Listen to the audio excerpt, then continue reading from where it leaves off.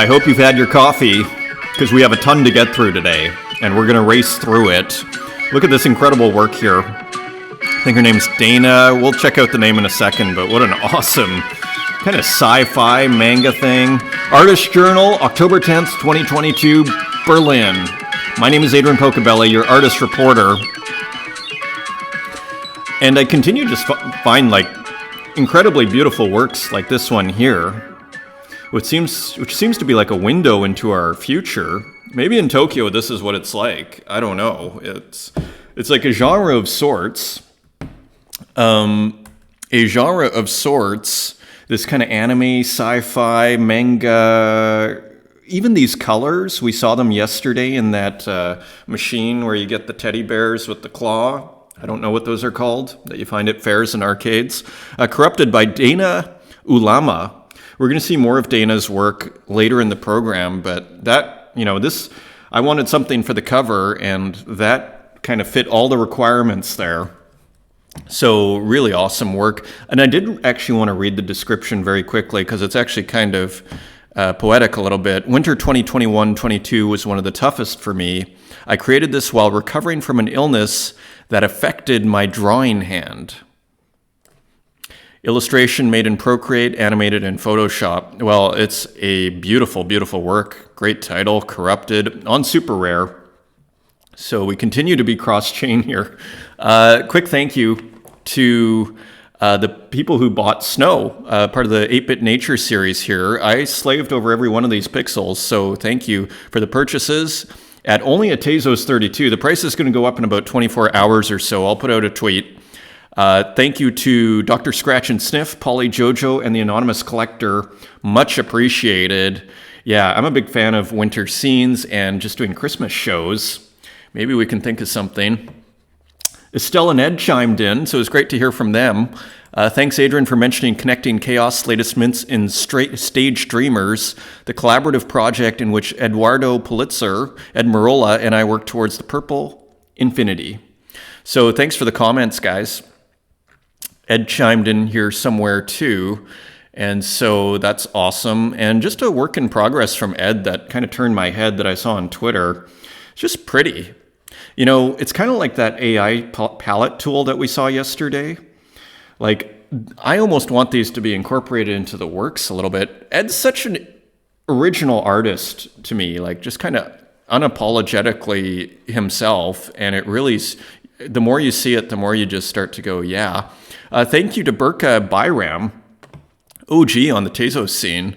So I appreciate you. I appreciate the shout out. So thanks for that. As I said, long overdue. So shout out to Burka Byram.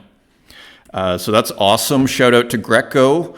Thanks for talking about my head is about to burn, a piece that I decided to change the number of editions. So that's cool. So thank you, Greco. And thank you to So A Turamza. I'm going to say, hey, look, I'm on TV. So here you are again. A big thank you to our artist reporter, Adrian Pocobelli. As I said, probably won't be the last time either. And I think he's going to burn, I think he did burn, actually, a bunch of these comics that he did. Look at this super long article. So thanks to Mom also for sending me this link. Why Silicon Valley is so excited about awkward drawings done by AI. Okay, so AI is starting to hit the mainstream. Okay, because it's now on CNBC, so now your friend's dad will be like, hey, what's going on with AI? So you can tell this is a very introductory article, several new programs, commonly called generative AI. Pictures are anything but perfect. They give you infinite, so all the hyperbole that we come to expect from the mainstream media, infinite images to choose from, and there's nothing stopping a human from using a generated image as a starting point for a more polished piece. And that is actually very important. This is going to, I think design, like graphic design is what's really going to be disrupted by this, because all of a sudden, we saw it with Tradscape when he put out a music for a poster for a music show. It looked like it was done, it was nice, but it looked like it was probably put together in 10 minutes, maybe less. You know what I mean? And I think anybody's going to be able to create their own music posters soon, or just your design friend will be able to put spectacular music posters together very quickly. So let's just take a quick look at this. There are a couple of interesting quotes here. One is by David Beazle, venture capitalist, Next View Ventures. In the last 3 months, the words generative AI went from no one even discussed this to the buzzword du jour. The buzzword du jour. So I've been calling this AI summer, and I guess summer's over. But yeah, I mean, it kind of puts a nice little, you see the venture capitalist view, last 3 months or so. It's inspiring people to leave their jobs, start new companies, and dream about a future where AI could power a new generation of tech giants. And so, anyways, there is another couple of quotes there's another AI tool, Crayon Generative AI, and the creator of that, Boris Daima, was quoted, "The impressive part, even for me, is that it's able to compose new stuff. It's not just creating old images, it's new things that can be completely different from what it's seen before." And finally, we have Sequoia Capital, who many of you have heard of, and they said in a blog post that was actually half made in AI, generative AI has the potential to generate trillions of dollars of economic value. I agree with that. I think design and probably art is probably going to be turned upside down. Okay, it's kind of in the process of being turned upside down. We're seeing the very first iterations of that. The VC firm predicts that generative AI could change every industry that requires humans to create original work, from gaming to advertising to law. And finally, Sequoia also notes in the post that the message was partially written by GPT-3, a generative AI that produces text. So probably novels are going to change. So it's back to this idea that this is going to be a tool, as the person on that Twitter Spaces mentioned a couple of days ago. It's sort of like if you ignore AI, it's kind of like ignoring, digital when, Photoshop began. It's kind of the equivalent. And to me, that was a very, that argument really resonated, is the word I like to use with that, about that. And here's Crayon in action. So another tool, I've never even heard of Crayon, but so you can check out this article. It's very long, actually. So we can't go into all of it, but thanks, Mom, for sending that. And also another very interesting little detail here. Ollie Izakoski back on the scene. Hey, Adrian Pocobelli, more Tezos NFT news from Reddit. This time a new marketplace for, quote, world-renowned artists and, quote, prestigious galleries. Admire NFTs. 5% platform fee and 5% royalties for artists. Know your customer, AML. I hope the NFTs can be seen on object.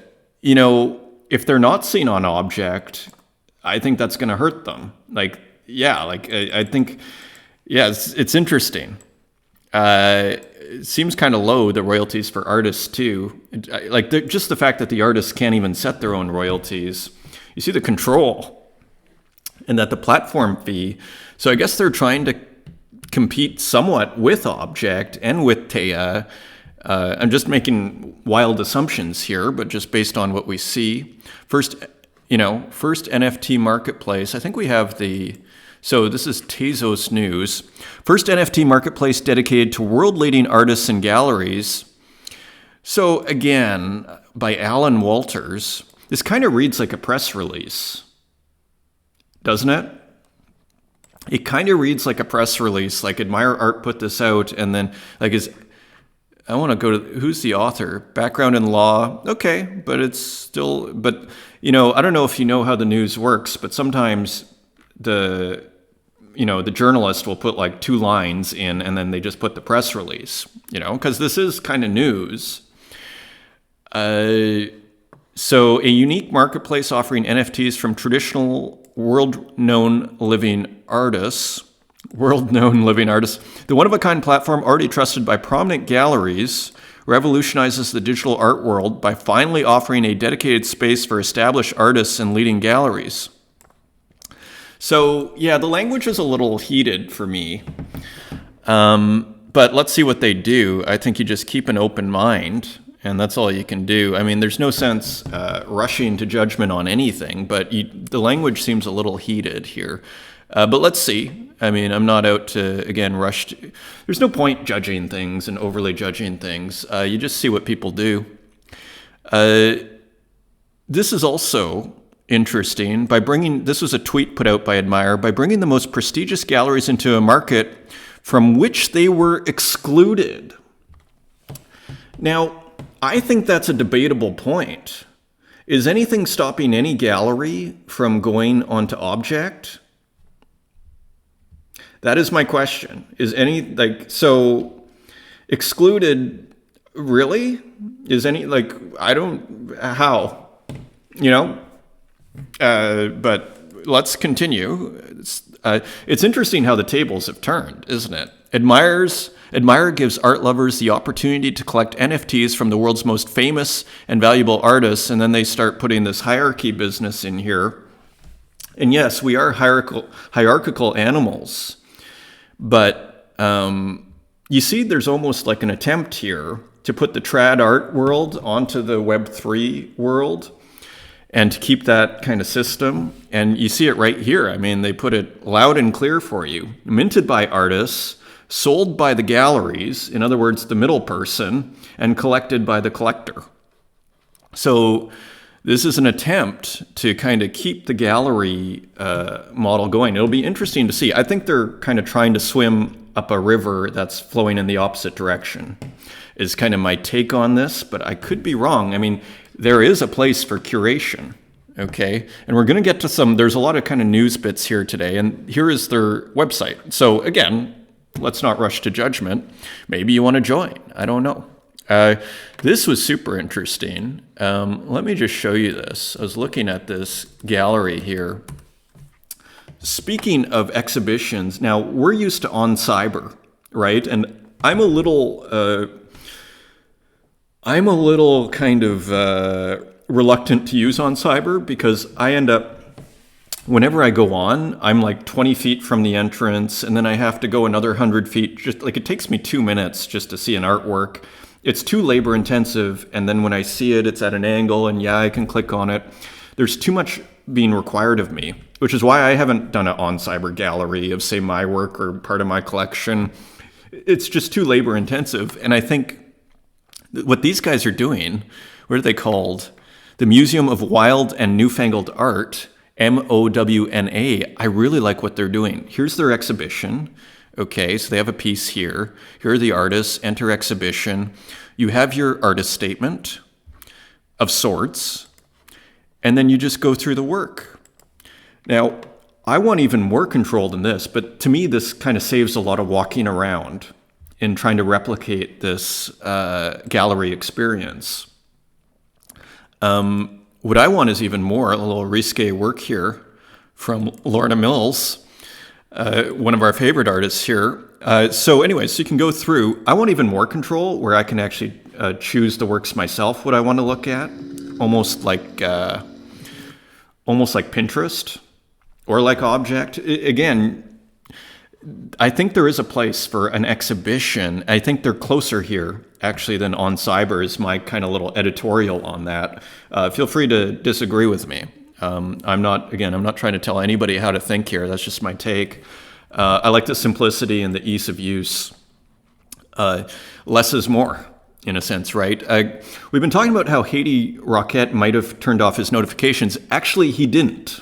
And we have an update. People telling me that they are not getting notifications for my drops on object.com lately. Now we tested out and no notification sent by Object. Anyone else experienced that issue? Lol, facepalm. So he did not turn off his notifications. It's just Object is not working, at least for his account. So not sure what's up there. So just so you know. So just to update on that, and yeah, we've been missing a ton of Haiti's work here. A couple of really beautiful pieces here, Just and Nico, and this Nico piece is fascinating to me. You know why? Okay, first of all, it looks like a portrait. Okay, Nico, and then you go down here, sent to Nico Arbogast. So it looks like it was a commission. And there is a great tradition in the history of art of portraits basically being the way that artists support themselves. People like having their portrait done. Again, it comes down to these very anthropological, basic, needs. Like, art is a real business. It's not just, pretense and, intellectuality. Like, it's a real thing. People like having their portraits taken or done in art. And that'll never go away. And, you could argue the Mona Lisa is a portrait. That was probably a commission. Salvador Dali did a ton of these, and he actually hit loggerheads butted heads with André Breton. I think he was actually removed from the Surrealist movement because he was making all this money doing portraits. And this was seen by Breton, who was on the left, arguably a communist. I'm not sure about that, but he opens some of his, Qu'est-ce que c'est le surréalisme talk with Dear Comrades. So he was definitely on the left, and that, Dali was more on the right. So just interesting, the politics there. Anyways, I'm all for portraits, as Leonardo and, Raphael and all the others did. So I just think this is a great business for Haiti. He can do his Petsky filter thing and do people's portraits. It's brilliant. So I just found that really exciting. And here's another piece. Edition of 3, only owned by Haiti, interestingly. I mean, maybe that's why he got the heads up on the notifications, because it's pretty unusual for him to not sell any. Usually people come in very quickly. Very, very nice piece here. I'd love to own this piece. Just, it's called. And again, you see... he minted at 536. No one bought, and that's very rare for Haiti. So, yeah, Crypto Ronin came in at the last second, but it was too late. Everybody came in a little too late. So, right? Beautiful work by, beautiful, I put in quotes, by Die with the Most Likes. Hard-hitting work is how I'd put this. A pill container filled with ground beef. So just kind of another kind of brutal... Death is just all over Die with the Most Likes work. There's just something about it which really hits hard. It's almost hard to look at, but powerful. Spagels Maskinen hit the front of Object.com. I don't want this to be a news show, but there are some just interesting news events here. And so you can see Spagels Maskinen here. You can sort of file through. So congratulations to him. He's on the front page, which is awesome. Cap'n here also is there, and even Glitchtown Arcade. So a few familiar faces here. I've never heard of Kikilo, who seems to have some pretty cool work there. And here's that Cap'n work that we looked at before. This just went to previous collectors, I believe. So you'll have to make an offer if you want that one. And another work by Cap'n that he just posted, which was just kind of out of the ordinary for him. So I thought, just kind of interesting. We can check in passing. Interesting text there, too. Continuing on, this is the person we opened with, Danielle Lama. And this was the work that turned my head, that made me check out her super rare and that piece we opened with here. So a darker work here, clearly in a bathroom, with those great colors. Let's all give up hope. So dark work. This is kind of in that same genre, a different artist, Kei Juni. Departure explored the new beginning, starting with the first stop, City of Dreams. Again, kind of similar colors, similar feel, that kind of anime, Japanese writing, I think. And another one with a similar palette. So I just kind of want to highlight this. This seems to be a bit of a thing, a bit of a genre here. Still available. This is by Moro Noise, all different artists here. So this is available on Object. And this is just abstract work that I saw on Object that I thought was just kind of nice and interesting. This is by Lulan. So again, just more originality coming across the blockchain here. And we have a couple of pixel works by mech.txt. This is called Deep Sleep 2, I believe. So a couple of night works. Just wanted to pass over, look at. And again, look at how small, 120 by 150 pixels here, this part here. So very interesting. A new work by Dexter. Nothing moving, interestingly, and that's unusual for Dexter, but kind of an interesting portrait. My first JPEG for new collections, right? Normally, Dexter does GIFs. So his first JPEG, buy for $260. A new drawing by Santiago, which I thought was just kind of attractive. Interesting yellow background too. It's like doing it on yellow paper. Again, these kind of Vincent van Gogh-esque lines that are just really beautifully done, but totally his own. So very nice. A new work by Sad Music for Kids. That illustrator who we saw do the UFO and the fish. I'll show it to you in a second. So this is only a Tezos. Edition of 100 for the Hen Reunion. Kind of a late addition here to the Hen Reunion tour. Remember the UFO and the fish. Interesting illustrator. Jakarta-based designer, Sad Music for Kids. I had to pick this up. Fax Machinovich edges his way onto the show again with a McDonald's work coming out of a fax machine. Just the combination of all this stuff. I just had to bite. So I picked up a piece. I picked up one of these editions by Fax Machine. You still have 8 left, so lots left there. I was looking at Lee Krasner here, because Sigmar Polka times Lee Krasner. And I was like, who's Lee Krasner again? Lee Krasner is the wife of Jackson Pollock. Also, so she's a painter in her own right. So I brought up her work here. So abstract expressionist as well. Doesn't really get much attention. I think in recent years she has. So interesting artist, actually. I find her work, frankly, as interesting as Pollock. So that's interesting. So here our friend Danielle King, she is mixing through AI Sigmar Polka, who we've discussed, and Lee Krasner.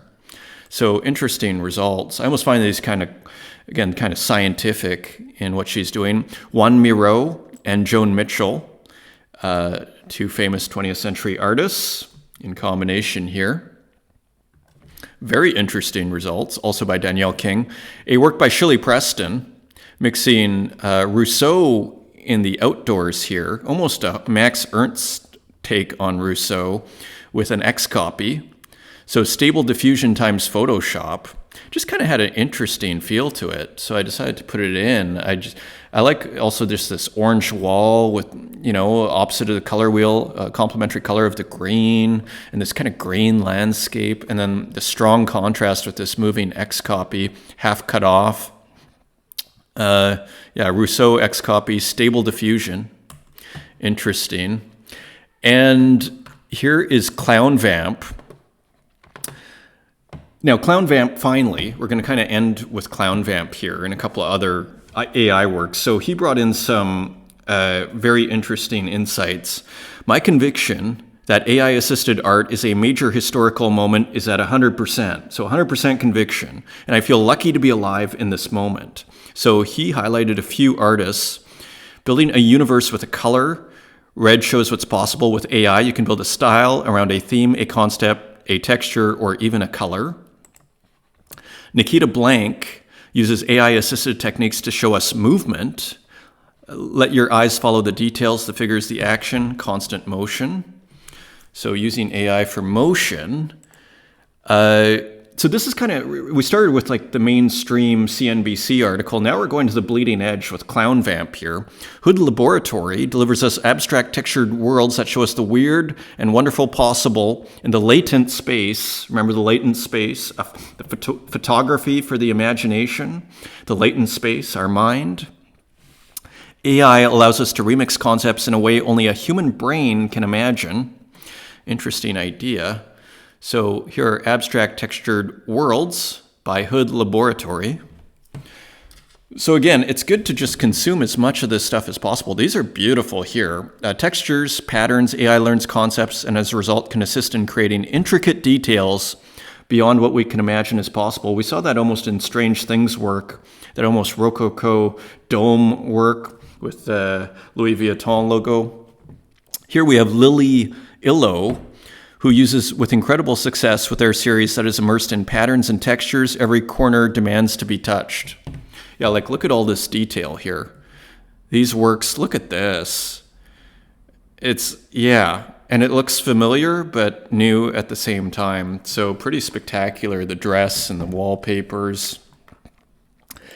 AI doesn't have to be figurative. There's an increasing number of artists using it to create amazing abstract work. Mother Louisiane does it with their Iceberg Torn Net series, which the draping of a net and the resulting textures to create soulful pieces. So just some interesting abstracts here using AI. And that's a wrap. So interesting from ClownVamp. And just a couple that I came across on Twitter. Javier Tomeo, Red Flowers. Some more beautiful botanical works. Another botanical work by CCDDBB, who I think we saw yesterday. And Red Rum also sold this one of one. This is actually a pretty cool one. Man finds himself in the body of the robot and the robot in the body of a man. Red Rum 2022. This went for 250 Tezos, a one of one. Again, this could go on the cover of a science fiction pulp magazine from the 1940s. And even the theme is straight out of Galaxy Science Fiction magazine or whatever the case is. Anyways, that's your update for today. My name is Adrian Pocobelli. Until next time, take care.